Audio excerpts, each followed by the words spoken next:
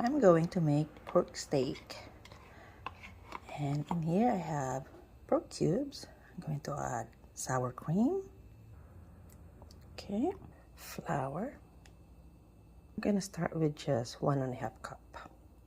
Salt and black pepper, onion powder, garlic powder, paprika.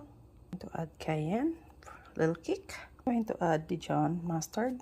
Then I'm going to add Filipino seasoning, Ginisa mix, 1 egg, and water, and mix it. I think I like it just like this. So that's ready to be fried. It's frying, and that looks good.